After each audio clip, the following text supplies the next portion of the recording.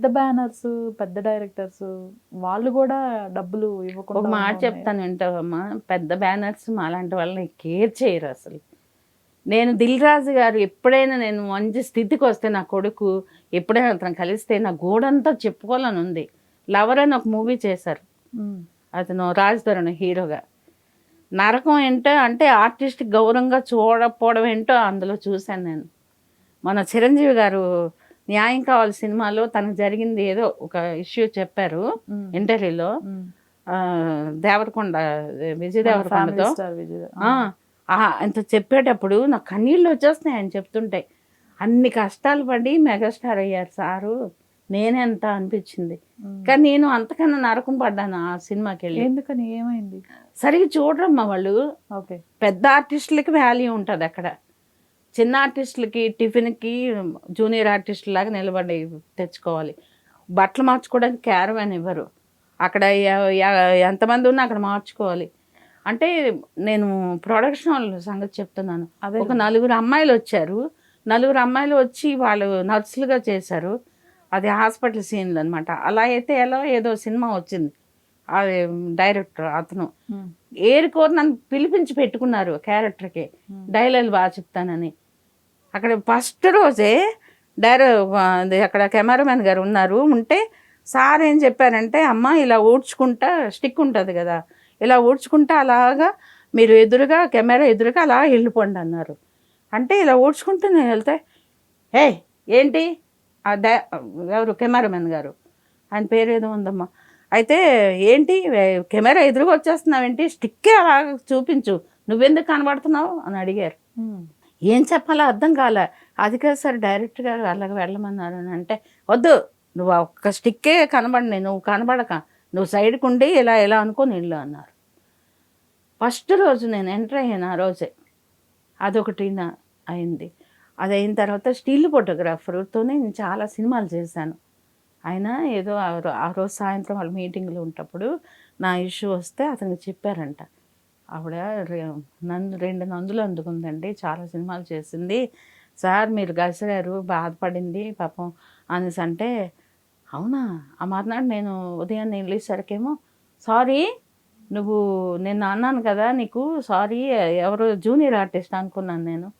అలాగా అంటే ఒక ఆర్టిస్ట్కి అంత అగౌరవంగా చూస్తారా? వాళ్ళకి తెలియపోతే, తెలిస్తే నెత్తినెక్కించుకుంటారు, అబ్బో వీళ్ళు మంచి ఆర్టిస్టులని. కాదమ్మా, ఇవన్నీ అసలు స్టార్టింగ్ లోనే చూసి అదయిందా? అంటే ఆ సినిమాలో జరిగింది.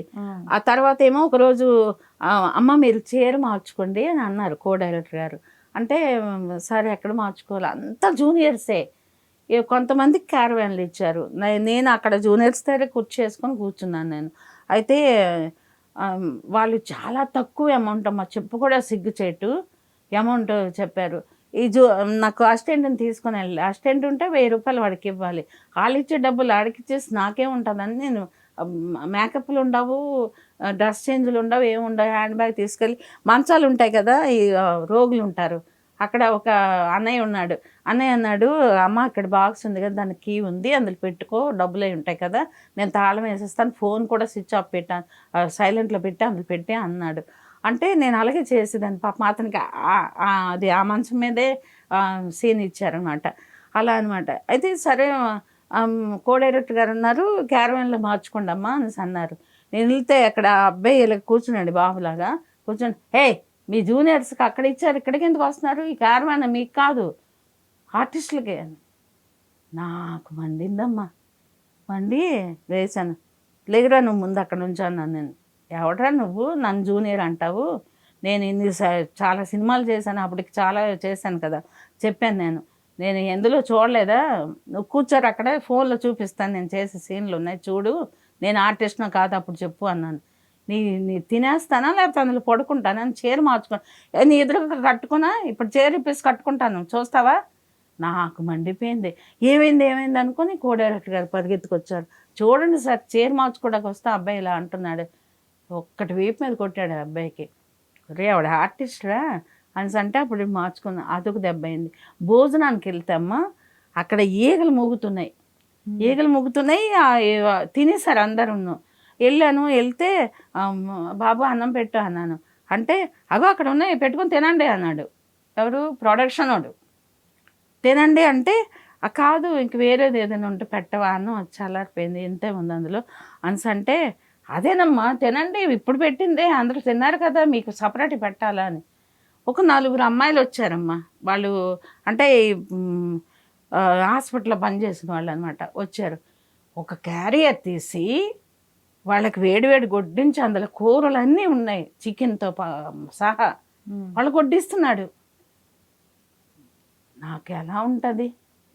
నేను ఇంటి దగ్గర అన్నం వండుకొని అన్నం పట్టుకెళ్ళేది. అన్నం అసలు ఎలా అంటే అన్నం పెట్టేవారంటే వాళ్ళు అక్కడ వండినాను సపరేట్గా వండుతారమ్మా.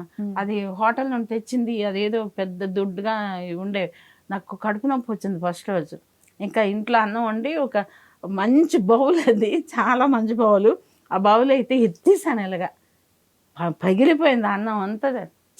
నీ అన్నం ఎవడు తింటారా? మనుషులా చూడండి. పెద్దసారి వరకు వెళ్ళిందంటే మీరు రేపు ఉండరు, ఎందుకు వాళ్ళ పేర్లు తీస్తారని ఇలాగ నాకు చాలా బీపీ కదా, కోపం వచ్చింది. అన్నం తినకుండా వెళ్ళిపోయానమ్మా. వెళ్ళిపోయి అక్కడ కూర్చొని ఏడుస్తే వీళ్ళంతా ఉన్నారు కదా ఇప్పుడు ఈ జూనియర్స్ అంతా, అమ్మ అన్నం తినండి అమ్మ, ఇప్పుడు నేను ప్లేట్లో తెస్తానమ్మా ఇంత తినండి అమ్మ, ఎండాకాలం పాపం అని అందరు వద్దమ్మా నేను తిన్ను అని అలా కూర్చుంది. ఆ విషయాలు ఇతను కూడా తెలిసింది. ఎందుకు జగదీష్ రాలేదు భోజనానికి అని అడిగాడట స్టిల్ ఫోటోగ్రాఫరు. అతనితో కలిపి తినేదాన్ని నేను. ఇలాగ ఇవన్నీ చెప్పారనమాట. అదైంది.